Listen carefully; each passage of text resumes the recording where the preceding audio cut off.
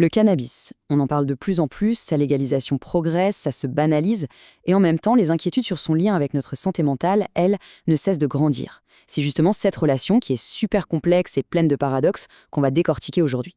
On va se baser sur les faits et uniquement sur la recherche scientifique. Alors, la question centrale, on la pose tout de suite. Le cannabis, c'est une solution ou un problème? En réalité, comme souvent, la vérité est quelque part entre les deux. C'est une véritable épée à double tranchant, et pour vraiment comprendre le sujet, il faut absolument regarder ces deux facettes. Bon, allons-y. On vit une époque assez paradoxale, non? D'un côté, le cannabis devient presque un produit de consommation comme un autre, et de l'autre, le monde scientifique s'inquiète de plus en plus de son impact sur le cerveau. C'est cette tension qu'on va explorer ensemble. Et pour bien ancrer le sujet dans le réel, regardons un chiffre qui nous concerne directement. En France, même si les ados fument un peu moins qu'avant, leur consommation reste l'une des plus fortes d'Europe. Ça rend la discussion sur les risques et les bénéfices encore plus cruciale. Ok, petite pause technique, mais c'est important. Avant d'aller plus loin, il faut qu'on soit bien d'accord sur un terme qu'on va beaucoup utiliser, la psychose. En gros, c'est un état où on perd le contact avec la réalité. Gardons bien cette définition en tête, parce qu'elle est au cœur de l'une des plus grandes préoccupations. Voilà, on y est. On va maintenant passer au cœur du réacteur, si on peut dire, les preuves scientifiques sur les risques. Et le lien entre cannabis et psychose, c'est vraiment le sujet qui a été le plus étudié et qui inquiète le plus la communauté médicale. Et là, on arrive à la fameuse question, celle de l'œuf et de la poule, qui agite les scientifiques depuis des dizaines d'années. Est-ce que le cannabis est une cause directe de maladies comme la schizophrénie, ou est-ce qu'il joue un autre rôle? Alors la science, elle explore deux grandes pistes. La première, c'est l'idée que le cannabis cause directement la maladie. Mais en fait, cette théorie n'est pas vraiment prouvée. Par contre, la seconde hypothèse, elle, est super solide. C'est l'hypothèse de la vulnérabilité. L'idée, c'est que chez des personnes qui ont déjà une prédisposition, le cannabis va agir comme un détonateur. Il va précipiter l'entrée dans la maladie. Du coup, ça veut dire quoi, être vulnérable? Eh bien, la recherche a identifié des facteurs de risque très clairs. On le voit ici, commencer très jeune, avant 14 ans, c'est un vrai problème. Consommer beaucoup, souvent, des produits très forts en THC aussi, et bien sûr, il y a le terrain, les antécédents familiaux et la génétique.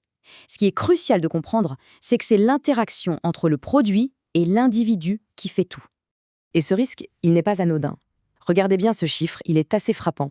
D'après plusieurs très grandes études, un ado qui consomme du cannabis multiplie par 2 son risque de développer une psychose plus tard. Ça met vraiment en lumière à quel point le cerveau est fragile pendant cette période clé de son développement. Mais attention, l'impact du cannabis, ça ne se limite pas à la psychose. Il peut aussi venir compliquer les choses, agir comme un facteur aggravant pour d'autres troubles mentaux. Ce tableau, il est très parlant. On compare des patients qui souffrent de troubles bipolaires et on voit très clairement que ceux qui consomment du cannabis en plus, eh bien, leur maladie commence plus tôt, ils ont plus d'épisodes, plus de psychoses, plus d'hospitalisations et globalement, ils vont moins bien. Le cannabis vient clairement aggraver le pronostic. Il y a un autre phénomène dont il faut parler, le syndrome amotivationnel.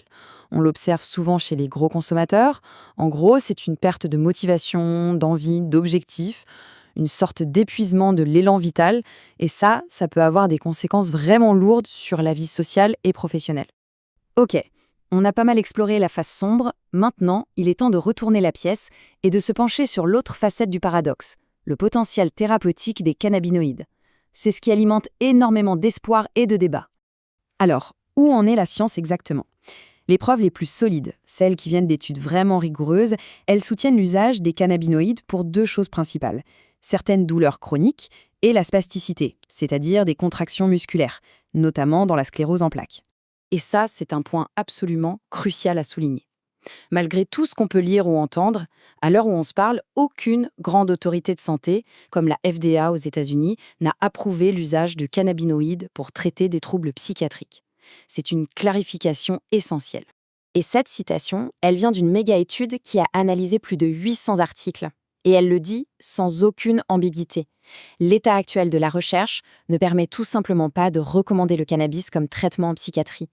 Les risques, surtout pour les personnes vulnérables, sont plus importants que les bénéfices potentiels qui, eux, restent encore à démontrer. Bon, on arrive au terme de cette exploration. Il est temps de rassembler un peu toutes les pièces du puzzle et de voir ce qu'on peut en conclure. Avec nuance. S'il y a une seule chose à retenir, c'est ça. Il faut absolument sortir du débat caricatural « le cannabis c'est bien ou c'est mal ». La science nous montre que ce n'est ni une solution miracle, ni un poison absolu. C'est une substance dont les effets dépendent radicalement de la personne qui la consomme. Son âge, sa génétique, son état sentimental. Et tout ça, ça nous laisse avec une question fondamentale pour notre société. Face à cette réalité complexe où les risques sont bien réels mais ne touchent pas tout le monde de la même façon, comment est-ce qu'on trouve le juste équilibre? C'est le défi majeur qui se pose à nous avec l'évolution du statut du cannabis aujourd'hui.